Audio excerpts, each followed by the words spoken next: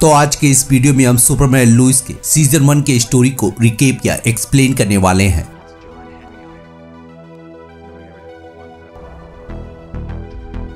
तो सीजन 1 की कहानी को एक्सप्लेन करने से पहले इस सीजन में दिखाए गए सभी मेन कैरेक्टर की कहानी को या बैक स्टोरी को एक्सप्लेन करने वाले हैं। हेलो दोस्तों, मैं हूं आपका होस्ट एंड दोस्त विनोद कुमार कुशवाहा और आप देख रहे हैं सीने talker channel. You see, Kylo, you're not the man of steel. I am.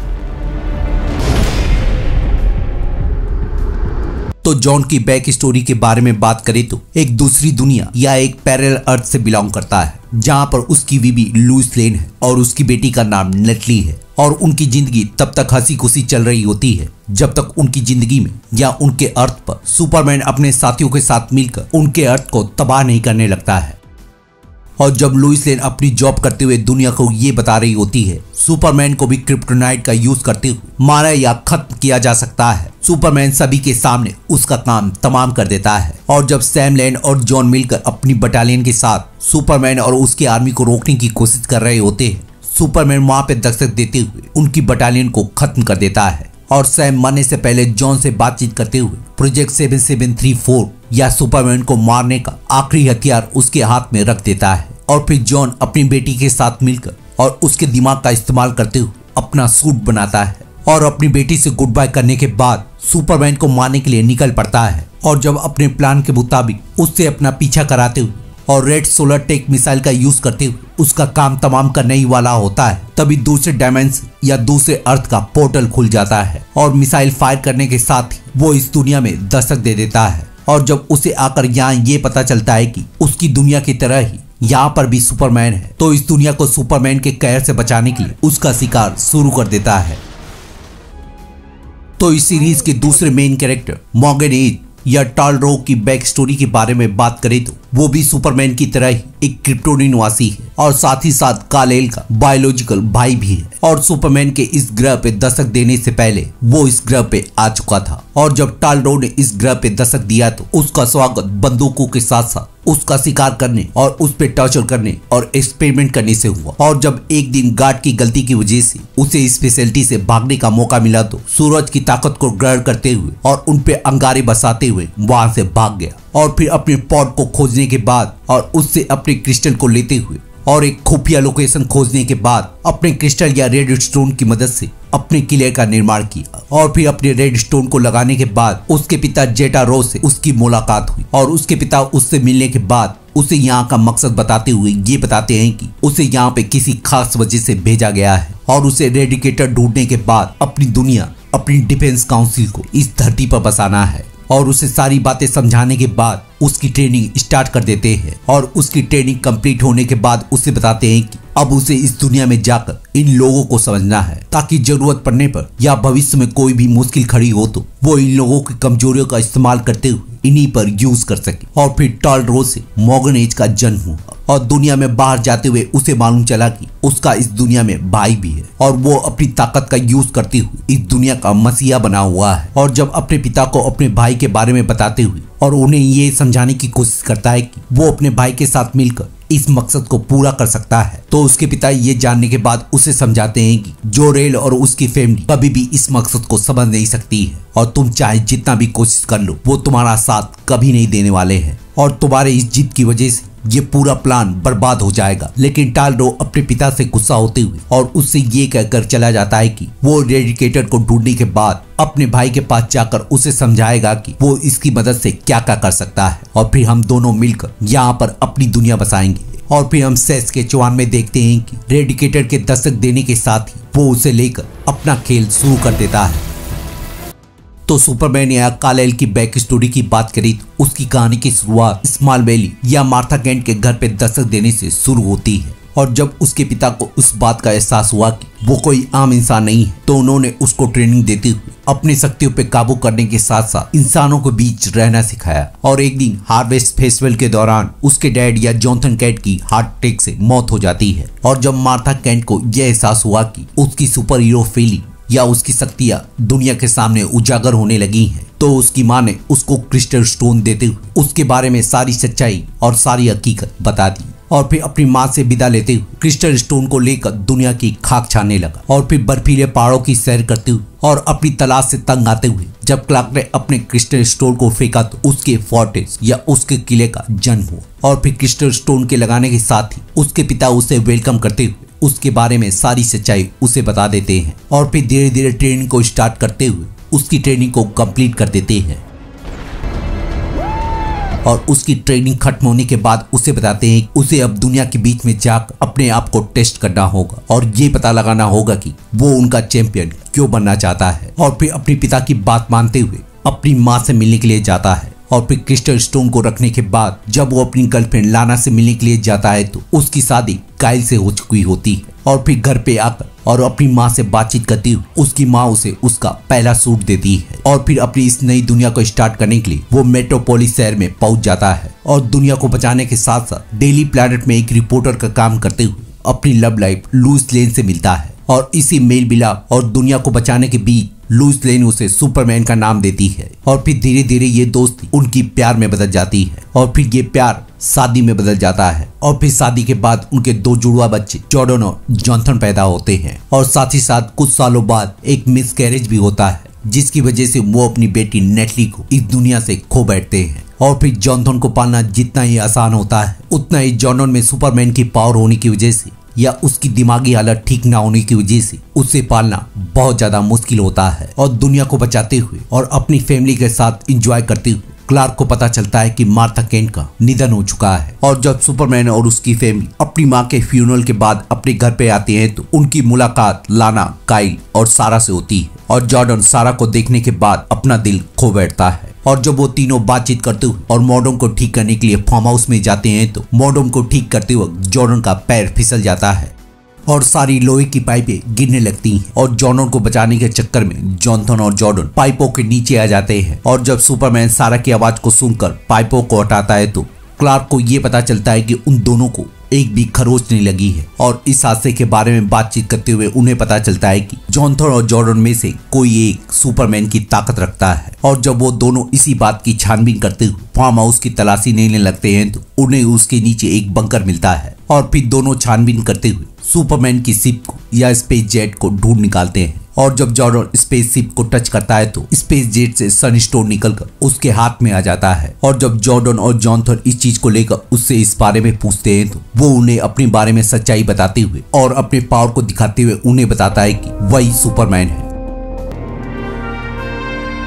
और जब दोनों को इस बारे में सच्चाई मालूम चलती है तो वो उन दोनों पे गुस्सा होते हुए और उनके झूठ बोलने की वजह से वहां से चले जाते हैं। और जब क्लार्क अपने बेटों के बारे में बातचीत करते हुए अपने आप को कोस रहा होता है तभी जॉन हेनी आयरन का बुलावा आ जाता है। और फिर थोड़ी बहुत बातचीत होने के बाद दोनों की फाइट शुरू हो जाती है। और जॉन सुपरमैन को एक हाथ से टांगते हुए और अपनी ताकत का प्रदर्शन करते हुए उसे बाहर फेंक देता है। और जब दोनों लड़ते हुए आसमान की सैर करने लगते हैं तो जॉन उसे अपनी ताकत का जलवा दिखाते हुए उसे जमीन पे ले आता है। और इधर हम देखते हैं कि जॉर्डन और जॉनथन सारा के इनविटेशन पे बोनफायर पार्टी में शामिल हो जाते हैं। और जब जॉर्डन सारा से बातचीत करते हुए उसे किस कर लेता है तो सारा के बॉयफ्रेंड से उसकी बहस हो जाती है। और जॉनथन इस नजारे को देखकर उनकी फाइट में कूद जाता है। और जब उसके सभी दोस्त मिलकर उन पे हमला करने लगते हैं तो जॉर्डन की सुपर पावर एक्सप्लोड हो जाती है। और इधर सुपरमैन जॉन के हाथों से बहुत बुरी तरह से पिट रहा होता है। और जॉन अपनी अर्थ की असलियत बताते हुए उसे क्रिप्टोनाइट खंजर मारकर गिरने के लिए छोड़ देता है। और जब लुइस को माइन के हादसों के बारे में पता चलता है तो ELT मशीन को दबाकर सुपरमैन को आगाह कर देती है। और क्लार्क लुइस का मैसेज मिलने के बाद क्रिप्टोनाइट को अपने सीने से निकालकर वहां पे दस्तक दे देता है। और जॉनथन से बातचीत करने से उसे पता चलता है कि जॉर्डन के पास सुपरमैन की पावर है। और फिर घर पे बातचीत करने पे उन्हें पता चलता है कि फार्म हाउस के हादसे में जॉर्डन ने जॉनथन की जान बचाई है। और लुइस से बातचीत करते हुए और अपने बेटों को समय देने के लिए वो लोग ये डिसाइड करते हैं कि वो लोग मेट्रोपोलिस को छोड़ अपने मॉम के घर पे रहेंगे। और सुबह में सारा से बातचीत करते हुए उन दोनों को पता चलता है कि माइन के हादसे में टैगेरिस का हाथ टूट चुका है। और उन्हें ये भी बताती है कि मेथेन पैकेट की वजह से वहां पे धमाका हुआ था। और फिर सारा और जॉर्डन दोनों बातचीत करते हुए एक दूसरे के मसले को सॉल्व कर लेते हैं। और फिर सुपरमैन लुइस उन्हें बाद में बताते हैं कि वो लोग यहाँ पे परमानेंटली शिफ्ट हो रहे हैं। और जब जॉन हेनी आयरन अपनी शिप पे पहुंचता है तो AI उसे बताती है कि सुपरमैन को मारने के लिए उसे और क्रिप्टोनाइट की जरूरत पड़ेगी। Captain Luthor.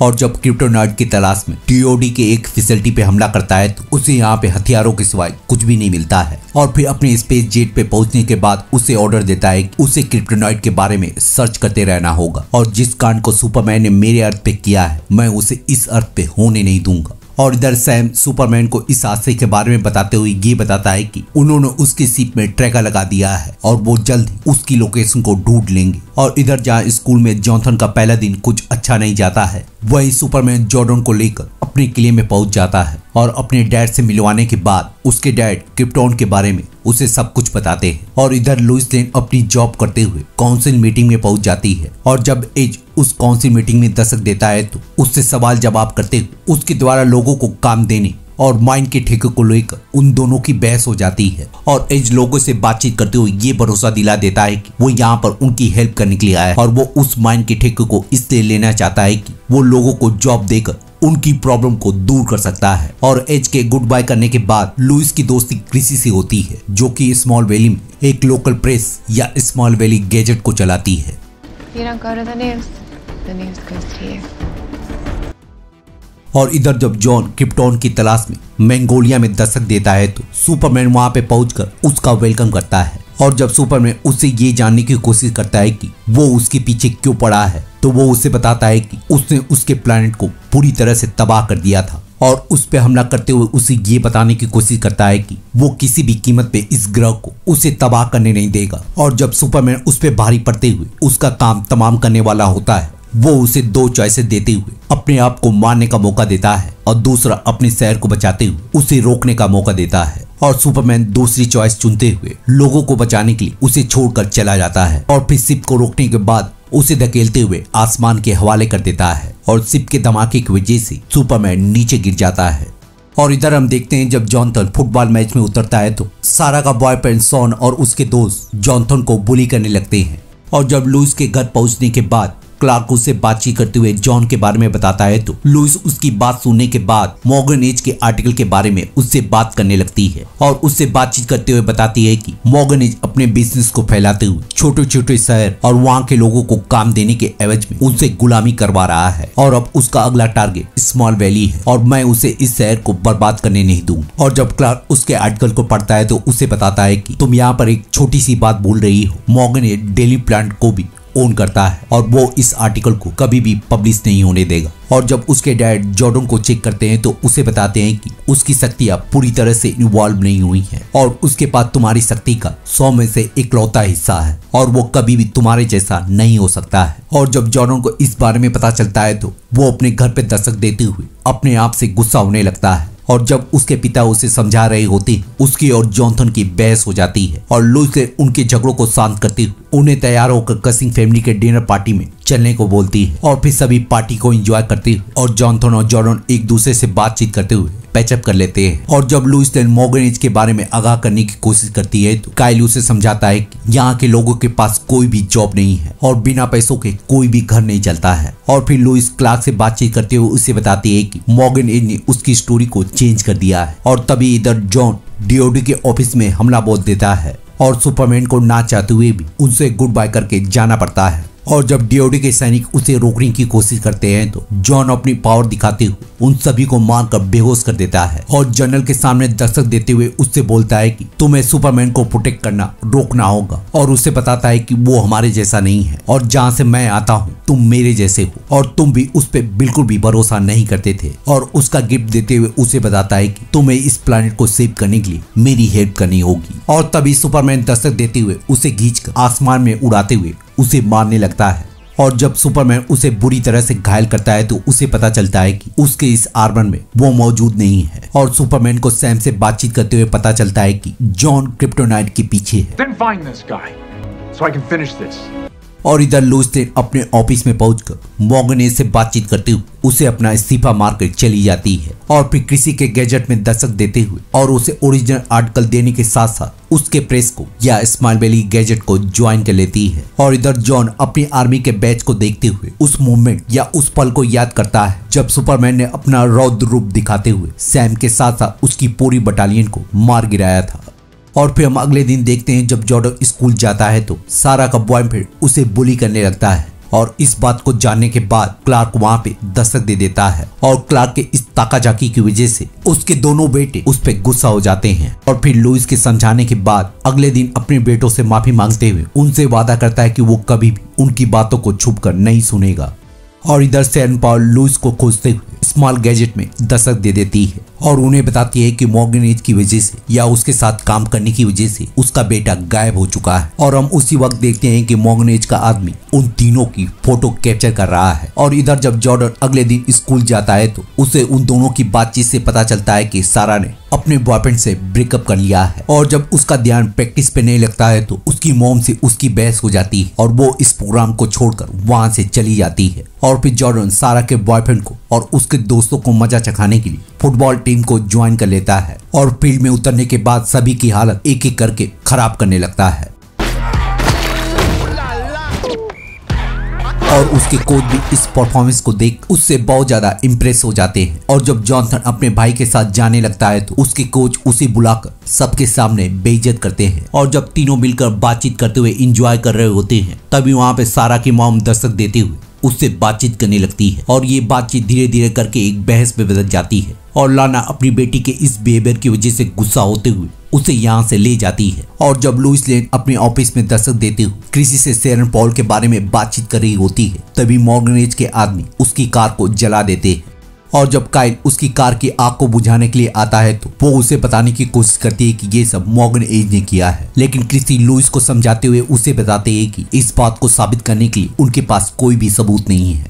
और हम घर पे देखते हैं कि जॉर्डन और जॉनथन एक दूसरे से बातचीत करते हुए और जॉर्डन के फुटबॉल खेलने को लेकर उन दोनों में बहस हो जाती है। और जॉनथन उसे समझाने की कोशिश करता है कि एक ना एक दिन डैड को उसके बारे में पता चल जाएगा। और जॉर्डन उसे बताता है कि वो कुछ भी गलत नहीं कर रहा है। और जब सुबह में क्लार्क लाना से अपने मॉम के लोन के बारे में बातचीत कर रहा होता है तो उसे जॉर्डन के बारे में सच्चाई मालूम चलती है। और इसी बात को चेक करने के लिए वो फुटबॉल स्टेडियम में पहुंच जाता है जहां जॉर्डन शॉन को अपनी ताकत दिखाने के बाद उससे दोस्ती कर लेता है। और जब घर पे जाकर क्लार्क उसे समझाने की कोशिश करता है तो उसे समझाते हुए क्लार्क उससे ये बोल देता है कि उसे इतनी जल्दी अपने किले में ले जाना उसकी बहुत बड़ी गलती थी। जिसे सुनने के बाद जॉर्डन का गुस्सा और ज्यादा फूट पड़ता है।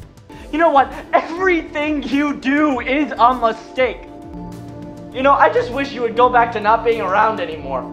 और क्लार्क इस बात को सुनने के बाद उसे अपने रूम में भेज देता है। और फिर बाद में जॉनथन अपने डैड से बातचीत करते हुए अपने भाई के बारे में इस बात को समझाने की कोशिश करता है कि उसने बहुत सालों बाद अपने भाई को फुटबॉल खेलते हुए खुश देखा है और मुझे लगता है कि शायद जॉर्डन को फुटबॉल की जरूरत है। और इधर जब लुइस सैरन पॉल से मिलने के लिए उसके घर पे जाती है तो उसका स्वागत मॉर्गन एज का आदमी करता है। और जब उसे बच्चे बचाते हुए लुइस ने एलटी मशीन को दबा देती है तो सुपरमैन उसका स्वागत करने के लिए वहां पे पहुंच जाता है। और जब सुपरमैन उससे लड़ने की कोशिश करता है तो उसे पता चलता है कि उसके पास उसी की तरह ही बहुत ज्यादा ताकत है। और फिर वो सुपरमैन की हालत खराब करते हुए उसे अच्छी तरह से धोने लगता है। और जब लुइस ने इस मौके का फायदा उठाते हुए सैरन पॉल को देखकर उसे बुलाती है तो सुपरमैन उसे बर्फ से नहलाने के बाद उसके गर्म दिमाग को ठंडा कर देता है और उसे मारते हुए बाहर फेंक देता है। और लुइस लेन के कहने पर सुपरमैन उसे हॉस्पिटल पहुंचा देता है। और इधर लाना अपनी बेटी से बातचीत करते हुए अपने गिले शिकवे को दूर कर लेते हैं। और इधर क्लार्क जॉर्डन से बातचीत करते हुए उसे फुटबॉल खेलने की इजाजत दे देता है।